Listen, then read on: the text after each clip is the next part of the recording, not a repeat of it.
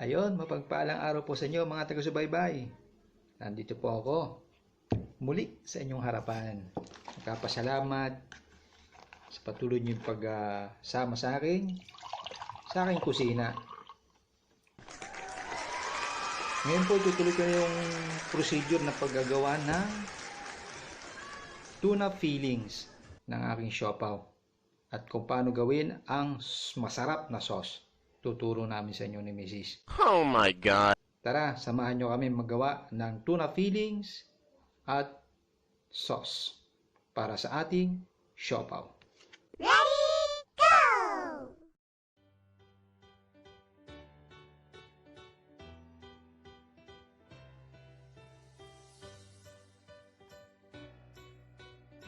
Ating mga ingredients, kailangan natin ng tuna flakes, star anise, sugar, bawang, oyster sauce, sibuyas, cornstarch, soy sauce, water, olive oil, paminta, at asin. Yun lang ating mga kailangan. So, tara, umpisahan na natin mag-gisa. Lagyan natin ng olive oil ang ating pan, ang ating kaldero.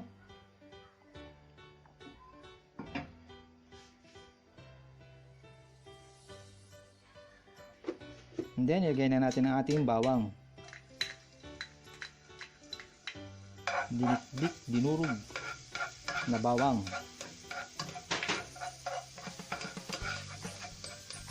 And then, ilagay na natin ang ating sibuyas.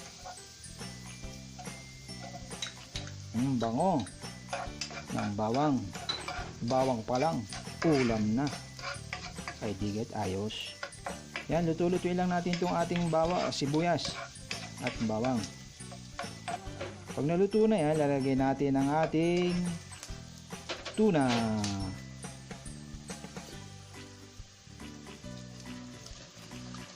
O di kat ito'y healthy tuna kaysa karne. Menos kolesterol. Di baga? Ayan. Ngayon, titimplahan na natin to. Ilalagay na natin ang ating toyo, soy sauce. Isunod natin ang oyster sauce.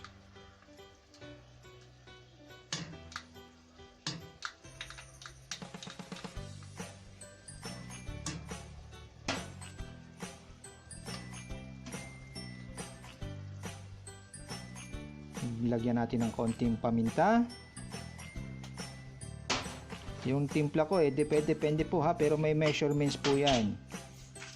Paggilingan natin ng asin, konting asin lang dahil yung soy sauce at saka oyster sauce medyo maalat na yan. At ilagay natin ng star anise. Yung star anise nagbibigay po ng aroma, bango sa ating niluluto. Nakakapagpainggan nyo rin po na kainin.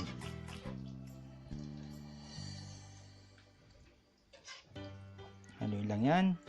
So, lagyan natin ng tubig. 1 cup of water ang nilagay namin.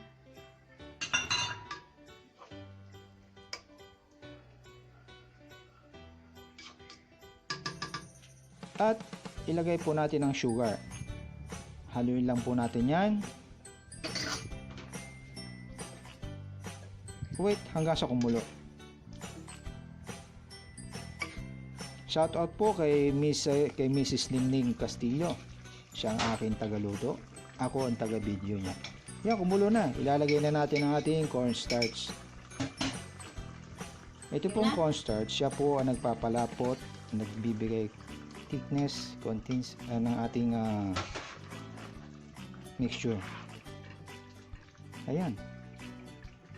Ganun lang po kasimple mga kaibigan. Hintayin lang pong kumulo, lumapot, at pwede palamigin na. Palalamigin at ilalagay na natin sa ating gawaing siopaw. Ganun lang po kasimple. Di baga po.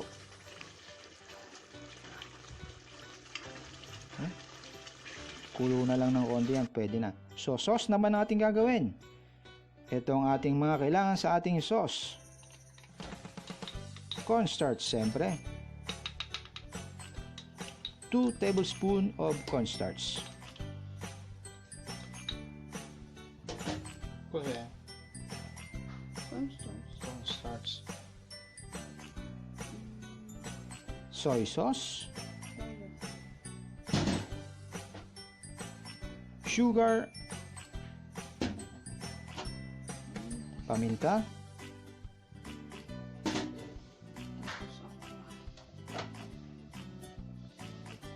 At tubig.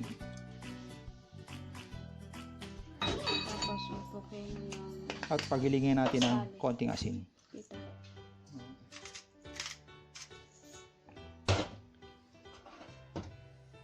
Nating medyo haluin.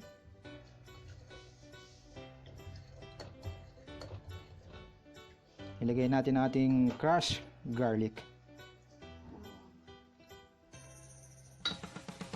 At haluin mabuti hanggang sa matunaw po ang cornstarch. At magkasama-sama po ang mga panimpla.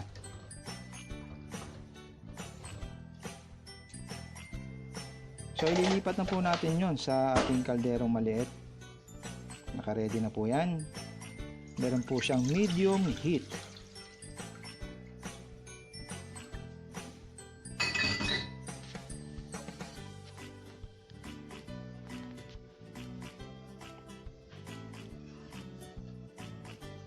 Para po sa kompletong measurements ng ating ginamit na ingredients, tingnan lang po sa baba. Ayan.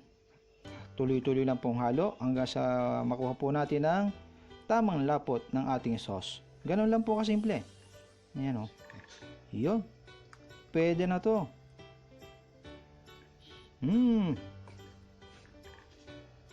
Luto na ang siopaw. Maisaw-saw na. Ayan. Tara na po, kain na po tayo ng siopaw with tuna twist at masarap na sauce. Subscribe na po kayo. Tara. God bless you all.